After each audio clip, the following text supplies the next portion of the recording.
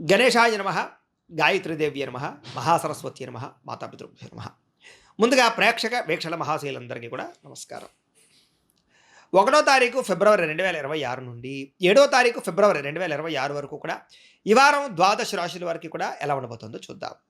అయితే ఈ వారంలో వచ్చేటటువంటి పర్వదినాలు ఏమిటి అన్నట్లయితే కనుక ఫిబ్రవరి 1వ తారీఖున మాఘ పౌర్ణిమ అయ్యింది. అంతేకాదు పుష్యమి నక్షత్రంతో కూడుకున్నటువంటి ఆదివారం వచ్చింది. దీన్ని పుష్యార్క యోగం అంటారు. ఈ సందర్భంగా ఇంట్లో కనుక ఎవరైతే సూర్యనారాయణ స్వామి వారి పూజ చేసుకుంటారో వాళ్ళందరికీ కూడా ఖచ్చితంగా విశేషమైనటువంటి సూర్యనారాయణమూర్తి అనుగ్రహం కలిగి ఎటువంటి కోరికైనా నెరవేరుతుంది.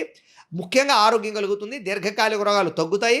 లేని వాళ్ళకి రాకుండా ఉంటాయి. చాలా విశేషం. అపమృత్యు దోషాలు కూడా తొలగుతాయి. చాలా విశేషం. కాబట్టి ఖచ్చితంగా ఈ యొక్క ఇంట్లో సూర్యనారాయణ స్వామి వారు పూజ చేసుకోండి. లేదా సత్యనారాయణ స్వామి వ్రతం చేసుకోవడం కూడా చాలా విశేషం. కారణం ఏంటి? పౌర్ణమి కాబట్టి. మీ ఇంట్లో మీ చేత్తో మీరే సూర్యనారాయణ స్వామి వారికి కానీ సత్యనారాయణ స్వామి వారికి కానీ పూజ కానీ వ్రతం కానీ చేసుకోవచ్చు. దానివల్ల మీకు చాలా విశేషము. గ్రహ దోషాలను తొలగుతాయి. ఎటువంటి కోరికైనా నెరవేరుతుంది. కాబట్టి ఖచ్చితంగా ఆచరించండి. ఇక రెండో విషయం, ఫిబ్రవరి 5వ తారీఖున గురువారం రోజున సంకటహర చతుర్థి వచ్చింది. ఖచ్చితంగా ప్రతి ఇంట్లోనూ కూడా ఈ మధ్యకాలంలో ఈ వ్రతం చేయడం వల్ల చాలా రకాల సత్ఫలితాలు పొందారు. ఎటువంటి కోరికన నెరవేరుతుంది. ఎటువంటి సమస్య అయినా పోతుంది.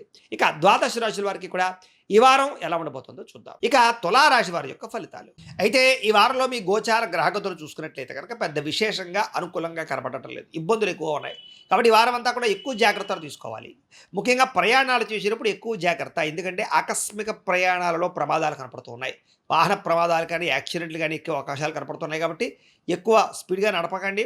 లేదా సీట్ బెల్ట్ హెల్మెట్లు పెట్టుకోండి. ప్రయాణాలు చేసేటప్పుడు జాగ్రత్తలు తీసుకోండి. ఆచితూచి వ్యవహరించండి. ఫోన్లు చూసుకుంటూ ఫోన్లు మాట్లాడుతూ మాత్రం ప్రయాణాలు చేయకండి. జాగ్రత్త. ఇక వివాహాది సంబంధాల విషయాల్లో కూడా కుదిరిపోతాయి, ఇంకా అయిపోతుంది అనుకున్నటువంటివి మళ్ళీ వెనక్కి వెళ్ళిపోవడం లాంటివి కనపడుతున్నాయి. కాబట్టి తొత్తు జాగ్రత్త. అలాగే మీ పిల్లలు మీ మాట వెనకపోవడము, లేదా చెప్పిన మాట వెనకపోవడము, లేకపోతే వాళ్ళు ఏదో సొంత నిర్ణయాలు తీసుకోవడము, మూర్ఖత్వంగా వ్యవహరించడము, ఇలాంటి వాటి వల్ల కూడా మీకు పిల్లల యందు కొంచెం చికాకులు కనపడుతున్నాయి. కొంచెం మనశ్శాంతి లేకపోవడం, వాళ్ళు ఏమవుతారా, వాళ్ళ జీవితం ఏమిటి అనేటటువంటి ఆలోచనలతోటి సతమతమయ్యే పరిస్థితి కనపడుతుంది. జాగ్రత్త. ఇక అనవసరమైన గొడవలకు కానీ, లేదా అనవసరమైన తగాదాలకు కానీ, మధ్యవర్తిత్వాలు చేయడం కానీ, మీడియేటింగ్ చేయడం కానీ, ఇలాంటివి మీకు ఈ వారం పనికిరాదు. ఎందుకంటే మీరు మంచి కోసం వెళ్ళినా, అవతల వాళ్ళకి మంచి చేద్దామని వెళ్ళినా మీరే ఇరుక్కుపోతారు. లేకపోతే సమస్యలు ఇరుక్కుంటారు. అలాగే కావలసిన వాళ్ళు దూరం అవుతుంటారు. జాగ్రత్త. ప్రేమికుల మధ్య కూడా అనవసరమైన గొడవలు, దూరాలు జరిగే పరిస్థితులు కనపడుతున్నాయి. కాబట్టి జాగ్రత్తగా మాట్లాడుకోండి. జాగ్రత్తగా వ్యవహరించండి. ఇక క్రమశిక్షణ లేకపోవడం వల్ల అనుకున్న పనులన్నీ కూడా సమయానికి జరిగే పరిస్థితి కనపడలేదు. కాబట్టి ఏ పని ఏ సమయంలో చేయాలో ఆ పనిని ఆ సమయంలో చేయడానికి ప్రయత్నం చేయండి. ఇక రాజకీయ నాయకులకి చాలా జాగ్రత్తగా వ్యవహరించాలి.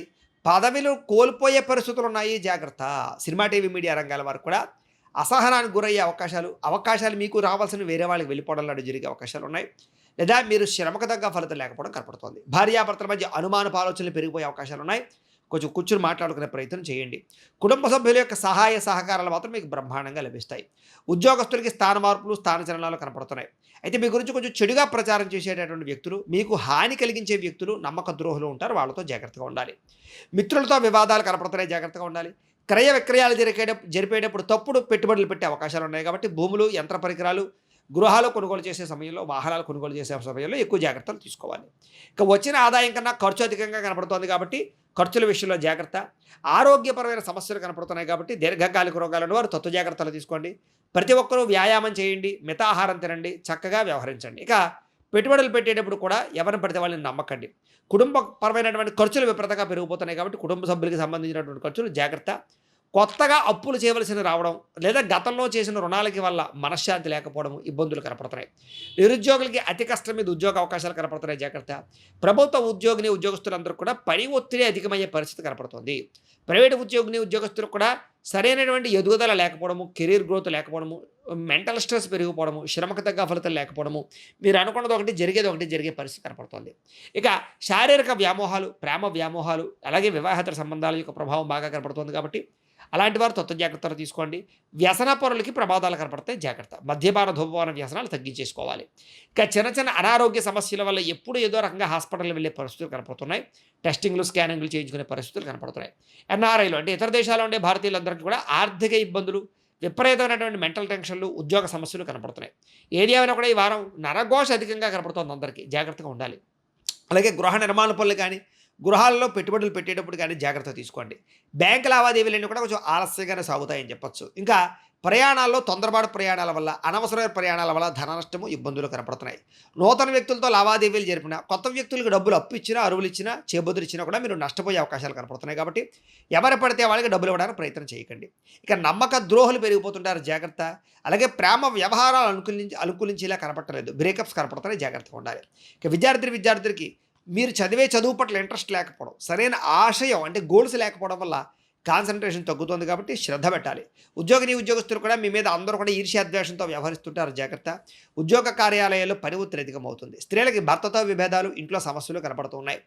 వ్యాపారస్తులందరూ కూడా వ్యాపారపరంగా ఆదాయాన్ని దృష్టిలో పెట్టుకుని పెట్టుబడి పెట్టాలి తప్ప లేకపోతే కనుక ఇబ్బందులు పడతారు. వ్యాపారపరంగా అంతంత మాత్రమే వ్యాపార లాభాలే కనపడుతున్నాయి. కాబట్టి తత్వ జాగ్రత్తలు తీసుకోవాలి. ఏది ఏమైనా కూడా ఒక్కసారి మీ పర్సనల్ జాతకం కూడా ఎలా ఉందో ఒక్కసారి చూపించుకుని, ఏదైనా దోషాలుంటే వాటికి పరిహారాలు చేయించుకుని ముందడు వేసినట్లయితే మీకు రాబోయే రోజులు ఇంకా శుభప్రదంగా ఉంటాయి అని తెలియజేస్తూ, గోబ్రాహ్మణేభ్యః శుభమస్తు నిత్యం. లోకా సమస్తాః సుఖినో భవంతు. స్వస్తి.